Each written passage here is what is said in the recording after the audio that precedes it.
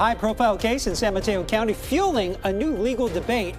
Should attempted murder defendants get treatment instead of trial?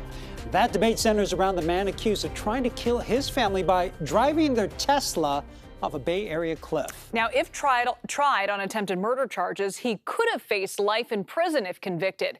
Instead, he'll get 2 years of mental health treatment at home. And as Julie Watts reports, now the California doctor is being called the, quote, poster child for both and against changes to California's mental health diversion law. Dharmesh Patel is the first high-profile attempted murder defendant to get mental health diversion under California's recently revised law. His case is now fueling a legal debate and raising questions at the Capitol. A Tesla flies off Highway 1 over a cliff. The shocking development. Police have arrested the father. Dr. Dharmesh Patel is now facing charges of attempted murder and child abuse. The unthinkable captured the country's attention. Extraordinary footage shows what appears to be the husband sticking his head out from the sheared-off top as rescuers work to free the trapped children. Prosecutors say Dr. Dharmesh Patel admitted to intentionally trying to kill his family the day he drove them off this cliff.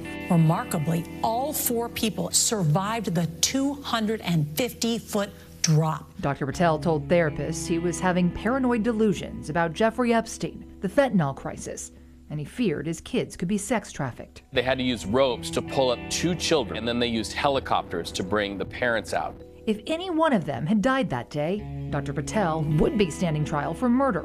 This was nothing short of a miracle today that they survived. But because they survived, against all odds, he was charged with attempted murder instead. And that makes him eligible for mental health diversion in California, treatment instead of trial.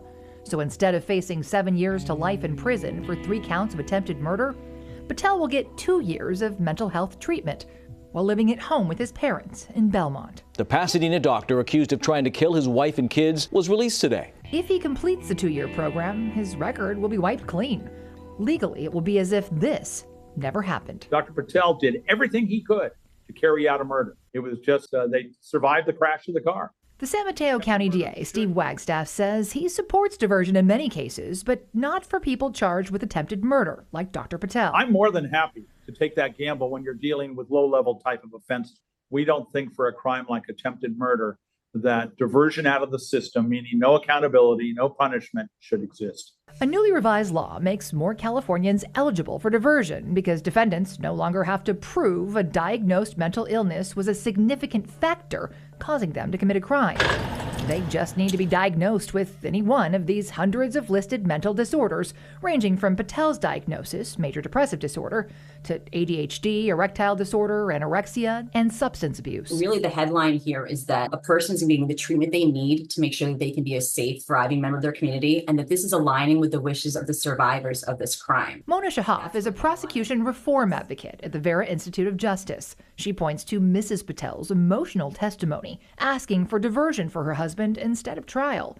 She described how much her kids miss their father and she her best friend, noting her husband never had an episode like that before and arguing his mental health treatment will not only restore him back to himself, but will restore the health and well-being of their entire family. A diversion program might be the absolute best antidote to making sure that this person never commits a crime again. This is Ring camera showing the doctor delivering poinsettias to neighbors on Christmas Eve. By all accounts, Patel was a loving father and upstanding doctor before his sudden mental illness prompted him to drive his family off a cliff. They're the sweetest couple and they have the greatest 2 little kids. They're literally, I would say, picture perfect. Doctors say if properly medicated, he could go back to that life. I would also disagree that you're not being held accountable in a diversion program. You have to go through a very rigorous program, many, many more requirements indeed than involved in being charged and put into jail. In Patel's case, he must wear an ankle monitor and stay confined to his parents' house, except for weekly visits to court, doctors, and therapists.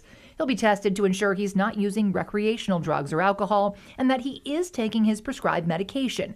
He's turned over his driver's license and passport, and for now, he can't see his wife or kids, practice medicine, or own a gun. What do you say to the argument that he's exactly the type of person that should get mental health diversion? Nobody saw it coming. So how are we going to know in the future whether it's coming? How do we know he's going to stay on medication? After 2 years, there's nobody going to be checking it. He points out mental health diversion programs run a maximum of 2 years. Mr. Patel can go out day one after the 2 years are over and purchase a gun. Wagstaff is among many who argue mental health diversion should not be allowed in cases of attempted murder.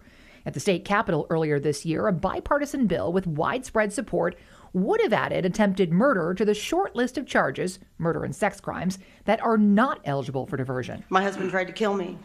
He stabbed me 6 times with a butcher knife. The bill unanimously passed the Assembly Public Safety Committee, which is known for killing tough-on-crime legislation, but the rest of the Assembly never got the chance to vote. Why? Holding committee. Because the Assembly Appropriations Committee killed the bill by holding it in the so-called suspense file. And I don't think the public, if they knew it, would find that acceptable. The suspense file is where even popular bills go to die without a vote. In this case, the committee analysis suggested that the bill would be too expensive, citing the cost to send someone to prison for attempted murder instead of through a diversion program. Except they failed to mention how much it costs to send that same person through a diversion program. A nominal difference. The committee staff declined multiple requests for comment, but a CBS News analysis of state data found last year alone, California spent $67 million on people who failed to complete their diversion programs and had their charges reinstated anyway. Here we go. Patel is the first high-profile attempted murder defendant to get diversion since the bill died. Emergency personnel rappelled down, risking their own lives for this rescue. While the medical board could attempt to revoke his license, in 2 years, legally, Patel can return to practicing medicine, driving, even purchase a gun. For us, he's poster child. We will use him to bring that bill back. But Dr. Patel is also the so-called poster child for the other side. His defense attorneys declined an interview, but they hope he'll be the model for how mental health diversion is supposed to work, even for those charged with attempted murder. Now, this story is part of our ongoing series on California's mental health diversion courts. For our recent investigations into this program's success rates, just head to KPIX.com and scroll down to the CBS News California Investigates section.